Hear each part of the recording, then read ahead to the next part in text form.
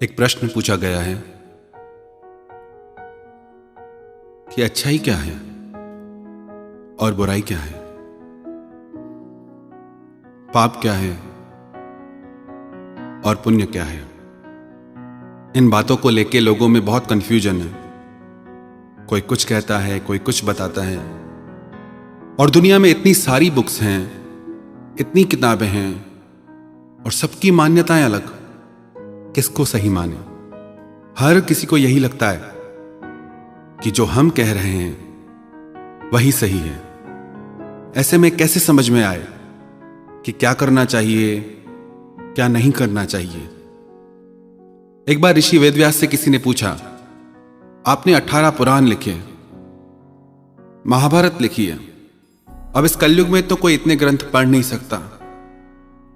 कृपया करके आप ये बताइए कि आपने उनमें लिखा क्या है। इतनी सारी बातें हैं, उन सब बातों के पीछे आपका लक्ष्य क्या है, उद्देश्य क्या है। सारे ग्रंथों का कोई सार बता दीजिए कि करना क्या है। तो वेदव्यास महाराज बोले कि इन 18 पुराणों में सिर्फ 2 बातें मैंने लिखी हैं। अष्टादश पुराणेषु व्यासस्य वचनम द्वय परोपकाराय पुण्याय पापाय परपीड़नम। वेदव्यास महाराज बोले कि इन 18 पुराणों में सिर्फ 2 बातें हैं। कौन सी 2 बातें? एक, परोपकाराय पुण्याय। दुनिया में हर वो कार्य पुण्य है जिससे किसी का उपकार हो, किसी को खुशी मिले, किसी को सुख मिले। और दूसरी बात, पापाय परपीड़नम। दूसरे की दिल को चोट पहुंचाने से ज्यादा बड़ा पाप दुनिया में दूसरा कोई भी नहीं। कि इबादत नहीं सिर्फ माला को घुमा देना, इबादत है किसी रोते को हंसा देना, इबादत है किसी उजड़े को बसा देना, इबादत है किसी भूखे को खिला देना, और इबादत है किसी बिछड़े को मिला देना। आपके द्वारा किया गया कोई भी कर्म जो किसी को चोट पहुंचाए, जो किसी को दुख पहुंचाए, वो गलत है, वो पाप है। आपके द्वारा किया गया कर्म जो किसी की जिंदगी में खुशियां ले आए, हंसी ले आए, जिंदगी ले आए, वह पुण्य है। अच्छाई या बुराई, पाप या पुण्य 3 प्रकार से होते हैं। कर्म के द्वारा, वाणी के द्वारा, मन के द्वारा। कर्म के द्वारा हम पाप भी कर सकते हैं, पुण्य भी कर सकते हैं। वाणी के द्वारा भी।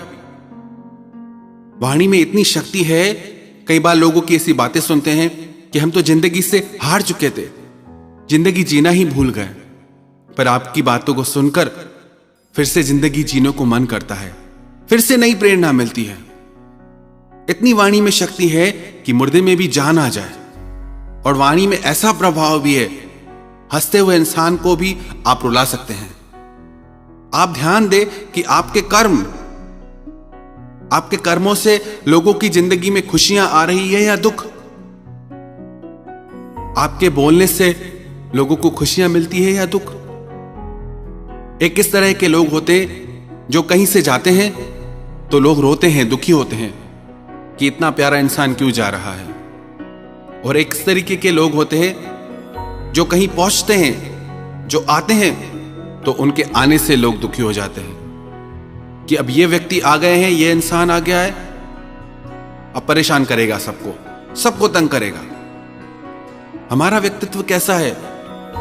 हम किसी के पास जाते हैं तो उनकी जिंदगी में खुशियां आती हैं, या हमारे वहां चले जाने से खुशियां आती हैं। और एक पाप या पुण्य होता है मन से, जो सबसे ज्यादा प्रभावशाली है। कई बार हम कर्म से भी अच्छा करते हैं, वाणी से भी अच्छा बोलते हैं कि बहुत अच्छा, पर हमारे मन में उनके लिए अच्छी भावना नहीं होती। कभी ऐसा हो कि आप कहीं बाहर गए हो घूमने, घर से फैमिली के साथ, रात को आप घर पहुंचे थके हारे, और घर पहुंचे तो देखें कि मेहमान खड़े हैं। अभी अंदर में गुस्सा तो बहुत आ रहा है कि ये टाइम है किसके घर जाने का।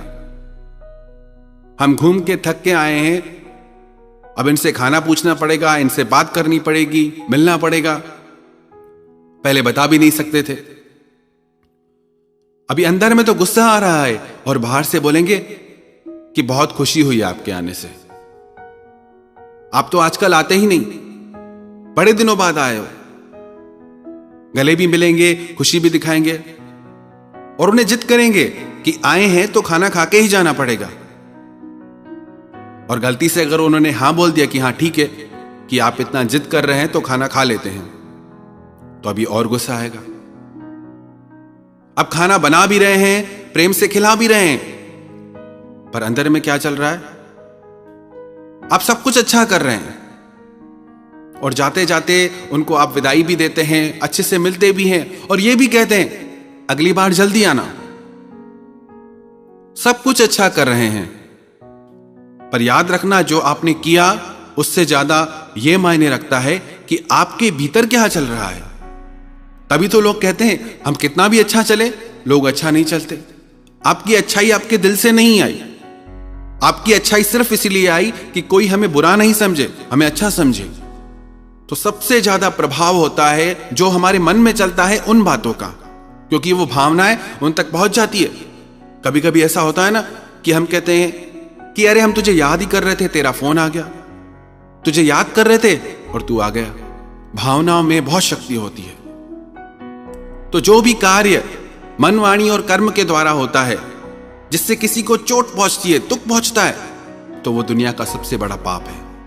और जिस भी कार्य से किसी के दिल को खुशी पहुंचे, किसी की जिंदगी में मुस्कुराहट आ जाए, वह पुण्य है। सीधी सी परिभाषा है, परोपकाराय पुण्याय पापाय परपीडनम। एक ही पुण्य है किसी का भला कर देना, एक ही पाप है किसी की दिल दुखा देना, क्योंकि वो दिल भगवान का घर है।